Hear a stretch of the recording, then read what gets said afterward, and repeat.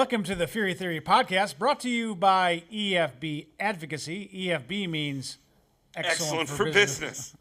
I'm joined by my colleagues John Easton and Adam Belmar. John Easton is a native Oregonian, a noted campaign strategist, a good friend, a former chief of staff to Kelly Ayotte and Gordon Smith, and an all-around hell of a guy.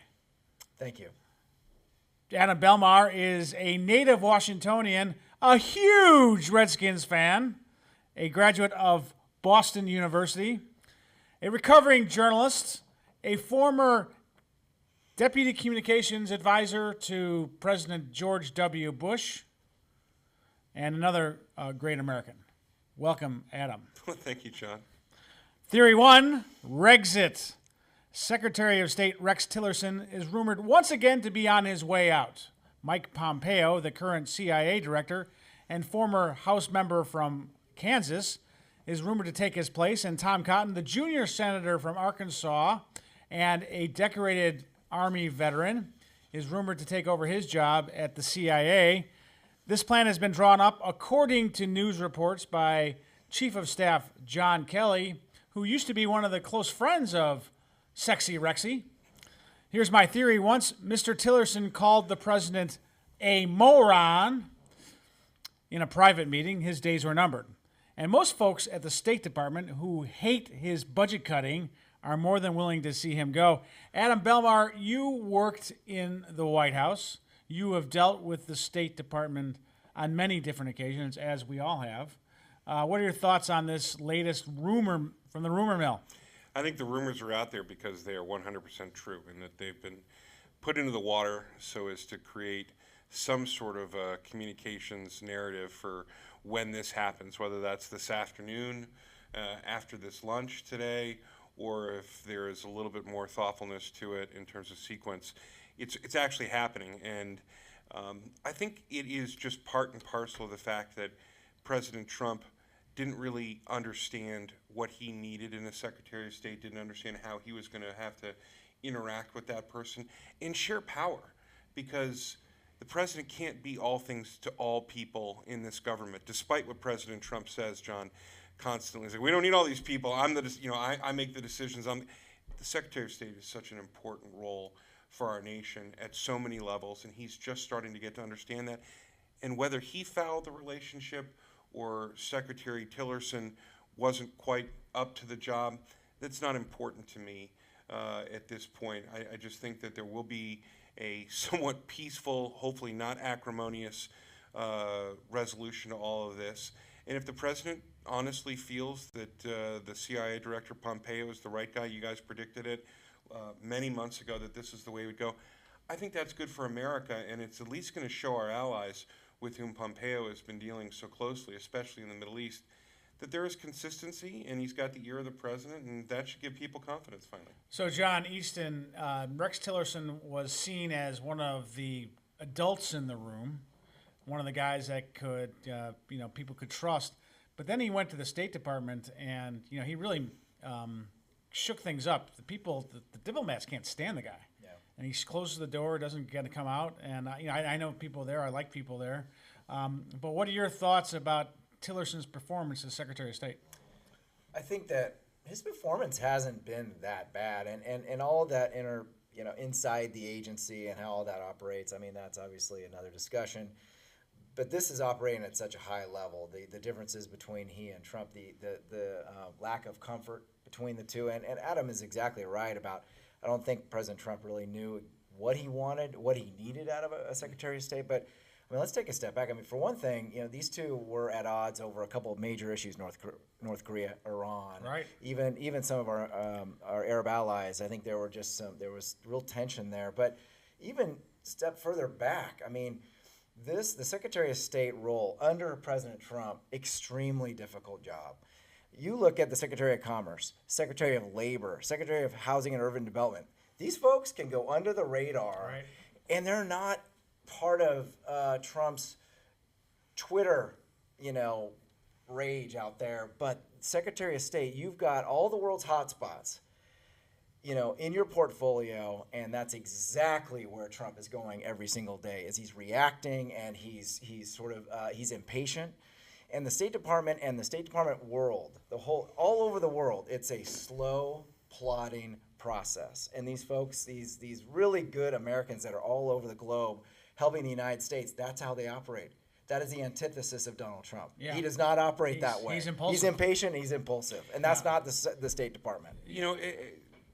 The calling the president a moron, obviously problematical. I get that. I think the things that have been even more difficult for Americans to deal with was the sort of dual track where the Secretary of State was making it known that we were doing some open diplomacy, trying to communicate with the North Koreans, and the president tweets out that he's wasting his time. When you're undercutting an important voice like that, and you're attacking other foreign leaders from the White House on your Twitter account, one would imagine that this will be a great relief for Secretary Tillerson. Right. I mean, I think about that, and the thing that Tillerson brought to the table is he looked very grand. He's a statesman. He looks like a statesman. He's got the white hair. He looks like he had the gravitas that Trump really doesn't have. But he hasn't really done. I mean, the diplomats hate him, and I think that's from a management perspective. Tillerson had never been in the State Department, never really served in government. So in many ways, he was kind of like Trump. But you really can't have two bulls in the china shop at the same time because it does lead to some confusion. I do think it's interesting that you had this great triumvirate. You had Tillerson, Mattis, and Kelly, and that Kelly is now the guy that seems to be kind of, all right, let's get this guy out of here. And maybe you're right. Maybe Tillerson is more than happy to go. And you think about these tweets that the president put out earlier this week, retweeting the Muslim videos, and Theresa May basically wants to throw him in jail, which is probably good politics for her, but who cares what Theresa May says? Yeah, but I think that Chief of Staff John Kelly really has no choice. I mean, right. He, as Adam was saying, Rex Tillerson has very little credibility, if any, left. And John Kelly is a guy who knows that that's just not sustainable.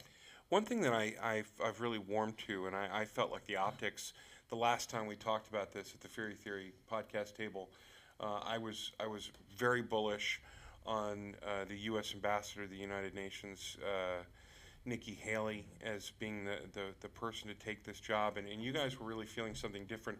The reason I believe it now, and why you may have been so prescient before, is that they have a really tight working relationship. Pompeo is briefing the president every day, and there's just so few people who have that kind of, I could dare say, call it intimate relationship, where at all hours of the day and night, these two men are working together. They know each other. Yeah. There's got to be some confidence that's important to have, the president's confidence. That's true. I don't know if that's enough. I don't know if that's enough to be successful in that job under a President Trump who is very impulsive in his statements about whatever is the top topic. You're right. It's necessary but not sufficient. I think that's right. I will say, though, that Pompeo, I remember when Porter Goss went over to the CIA. For a hot minute? For a hot minute. And the CIA intelligentsia, the bureaucrats, hated him and drove him out of the CIA. The bureaucrats within the CIA actually really like Pompeo, which I think says a lot about Pompeo. I think it'd be very interesting to see how when he goes over to the State Department, if he goes over, and how he handles that, which I think he'll handle it pretty well. Well, because he's a politician. He's a politician, and then I want the other point I want to bring up is you have someone like Tom Cotton, who's rumored to be the CIA. I don't get that. Someone's going to have to help me. I know Tom Cotton. I've known him for a long time. He's a very capable guy, also a Harvard guy. He's a little bit more a man in a hurry. Yeah. And if you're the CIA, you're like, I'm going to give this guy the what for. But he's also a hawk.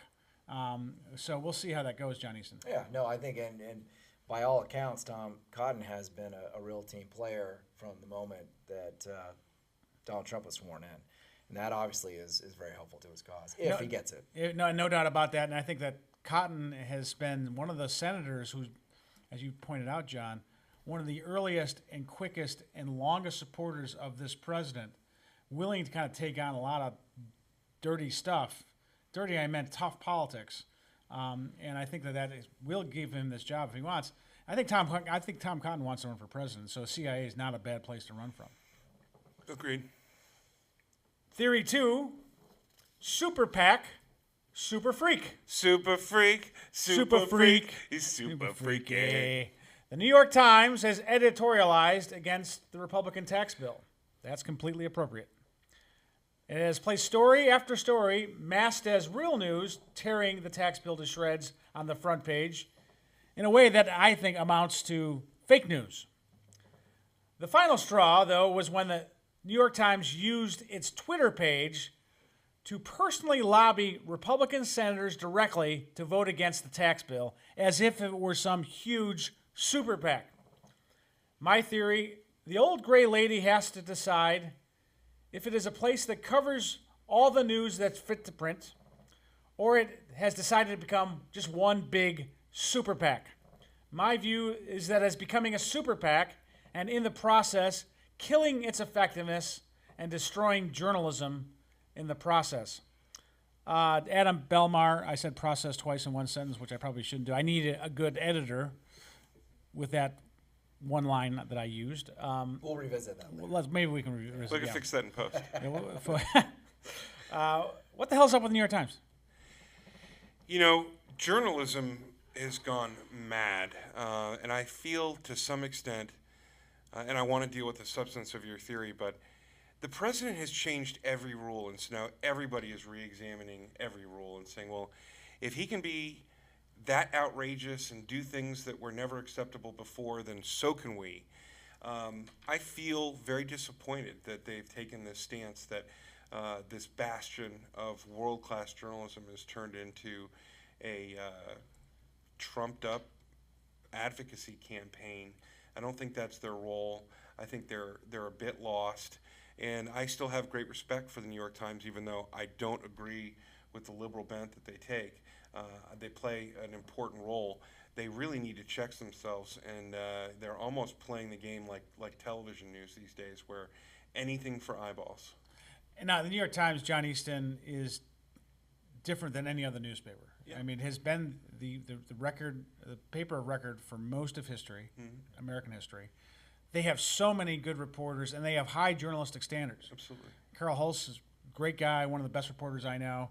Cheryl Stolberg, great reporter. Robert Pear, they've got great reporters. But they also have, I think they've jumped the shark on some of this stuff, and they hate Trump so much. And now they're kind of using their editorial page has bled over into the front page. What are your thoughts?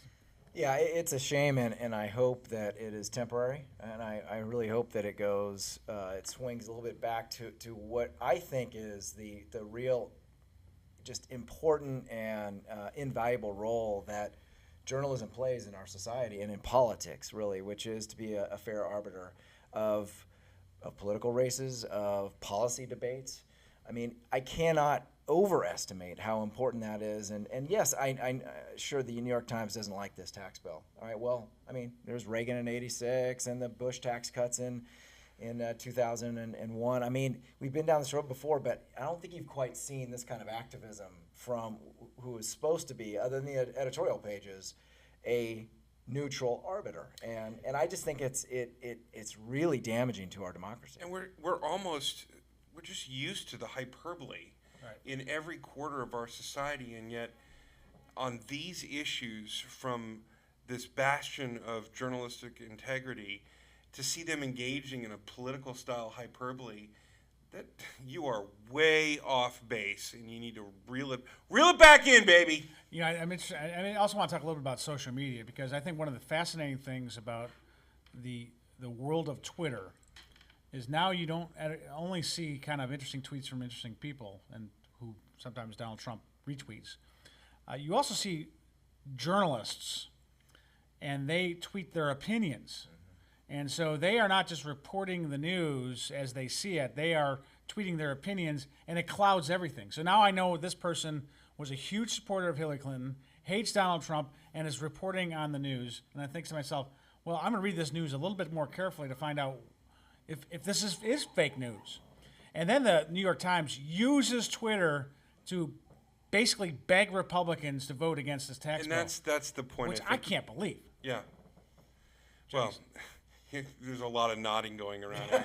It's hard if you see it this way to disagree with that. But I do believe that individual journalists at the New York Times are probably feeling the same way in a lot of cases. And I wonder if they feel like they have a voice within their organization at this point to try and rein it back in.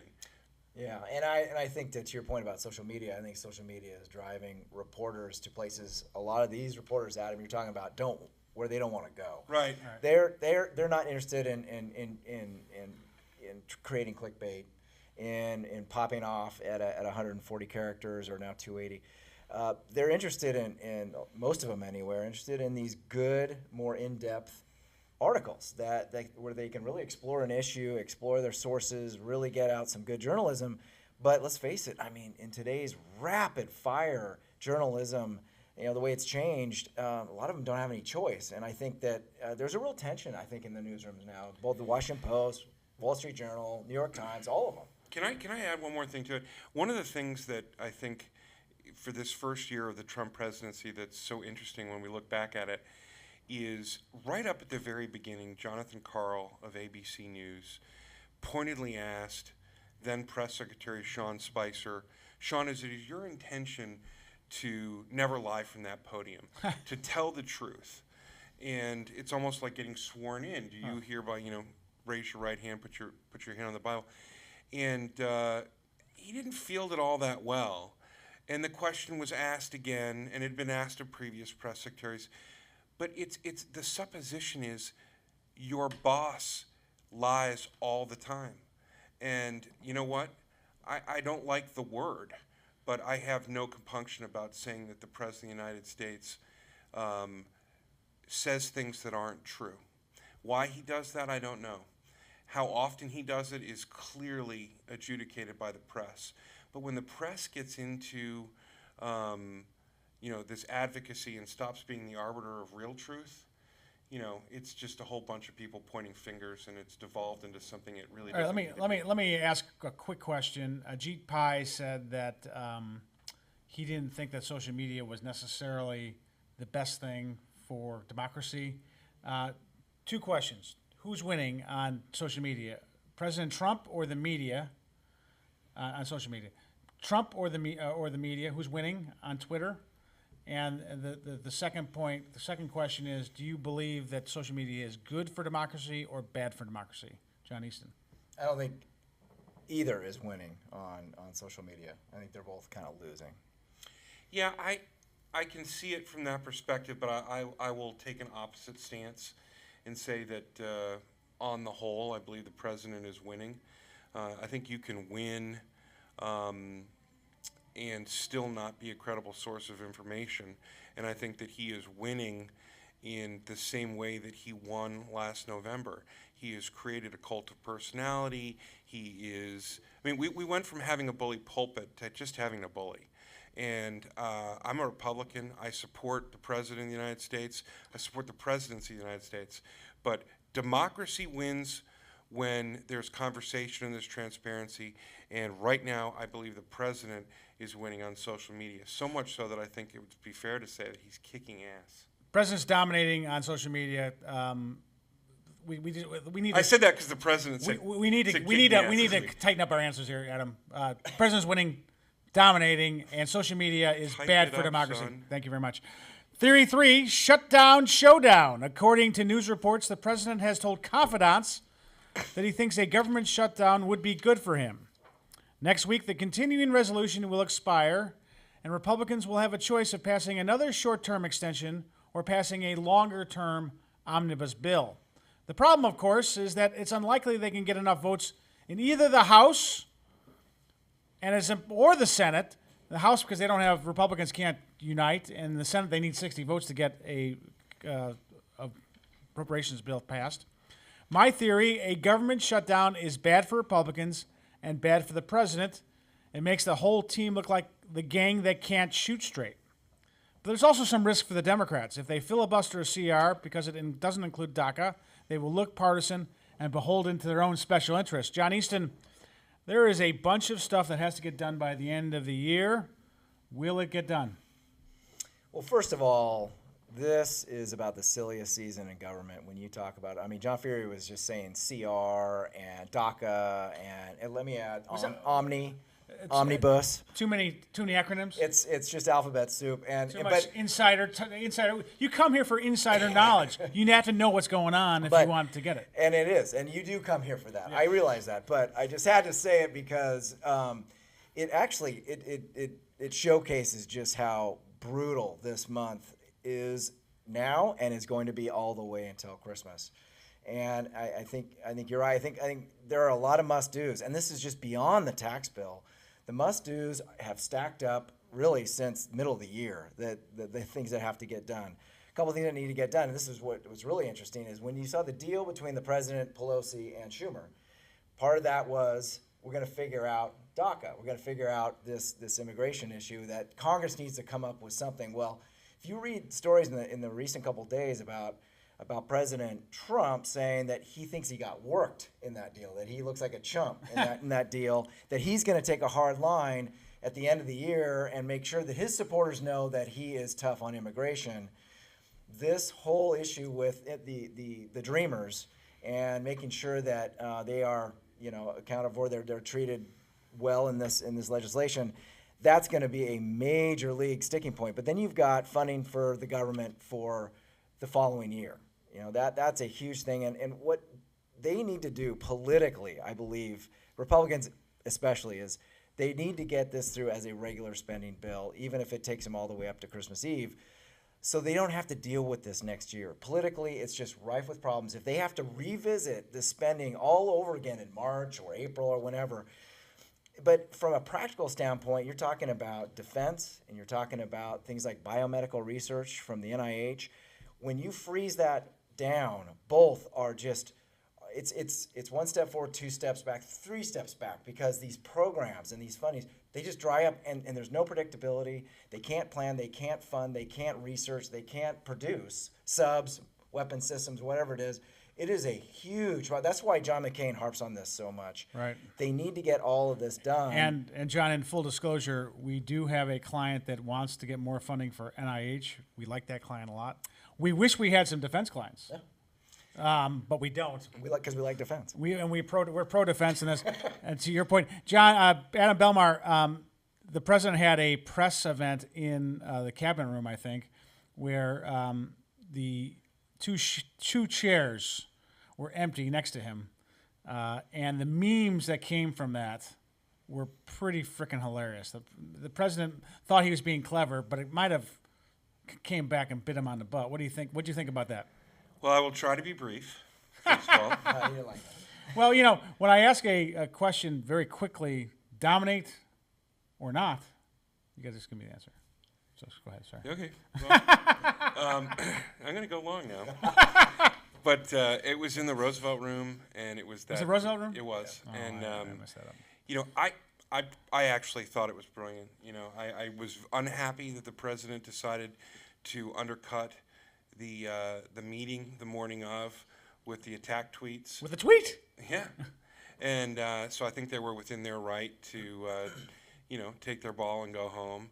The president held the meeting anyway, and I loved the picture. I loved the optics of the empty chairs, and I liked some of the rhetoric that came along with it.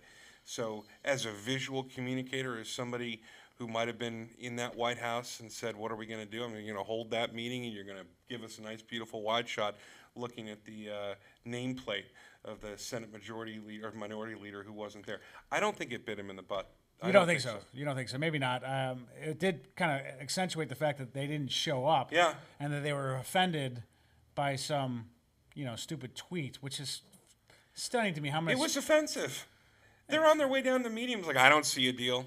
But I think that sometimes, whether it's the other party or whether it's reporters, I think sometimes people take his bait way too easily. Yeah, they do. Now, this was an offensive. He should not have done that. If you're trying to get stuff done, you just gotta hold your fire like that. But they could have taken the opposite tack, Chuck Schumer and Nancy Pelosi, and just gone.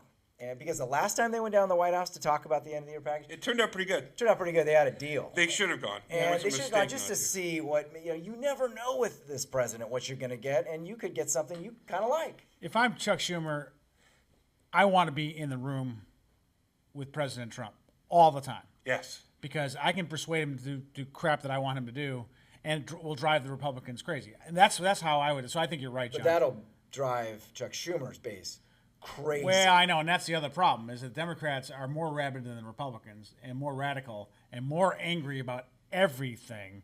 Adam Belmar, thinking about this and the government shutdown, we have a possible tax reform bill done, hopefully today out of the Senate, hopefully next week. Can the Congress get all this stuff done in the next couple of weeks? I have never subscribed at this table that they must get it done, but I definitely see a path, and I believe that they can get it done. And most importantly, I think I agree with Mr. Easton that for their own political future and the ability to have a successful 2018, they really, really have to seize the moment and get it done. It's not a must. Everything can slide. As John Easton just said, Trump is like a box of chocolates. You never know what you're going to get. But I think that this is something that will, in fact, happen. No shutdown. John Easton, what are you buying or selling today? Some of you may have watched last night's game between the Washington Redskins and the Dallas Cowboys. We're not going to litigate that contest. It was brutal if you're a Washington Redskins fan. But I am going to buy the quarterback of the Washington Redskins, Kirk Cousins. Why? Because this is a guy who has done everything asked of him from the day he was drafted, and then some. He has been not only a model quarterback off the field, but on the field he's been a leader. His numbers speak for themselves, and I think that if the Redskins come back to him and say, "Oh, but here's a nice long-term deal with you. We want you to stay," he is going to say, "You know what? You're about a year too late."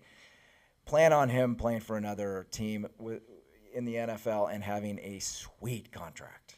Adam Belmar, you are the Washington Redskins fan, although you are too, kind of, aren't you? What are you buying or selling this week?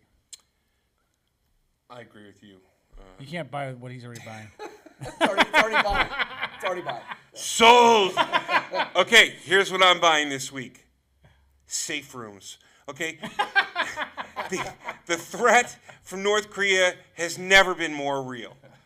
Okay? Topher Cushman, we're all thinking about the Redskins, but think about this. Think about buying a safe room and having it put in your house.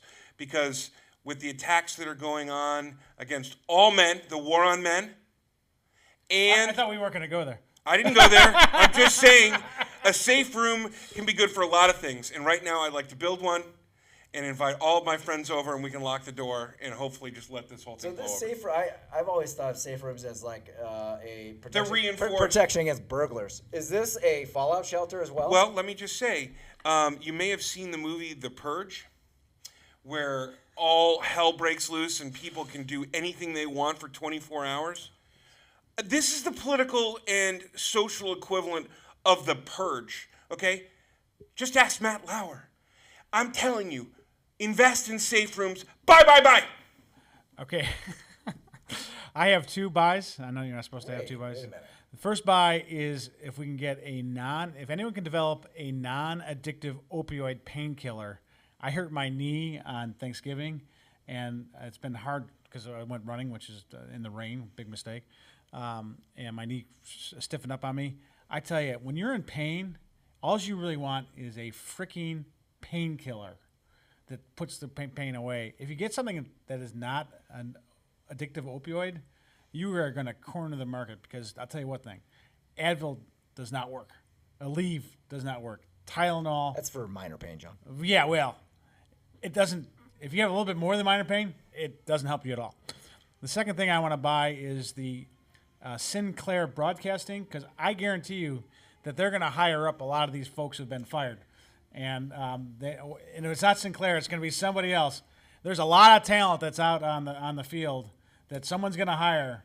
And I agree with that. And there's a whole network ready to be bought and developed, and it'll make beaucoup bucks. So I thought I would buy that, whatever that is. So those are my two things. This is John Feehery from the Feehery Theory Podcast, brought to you along with my two colleagues, Adam Belmar and John Easton. We are happy and proud that you joined us on the Feehery Theory Podcast today, brought to you by EFB Advocacy. EFB means Excellent for business. Yeah, baby.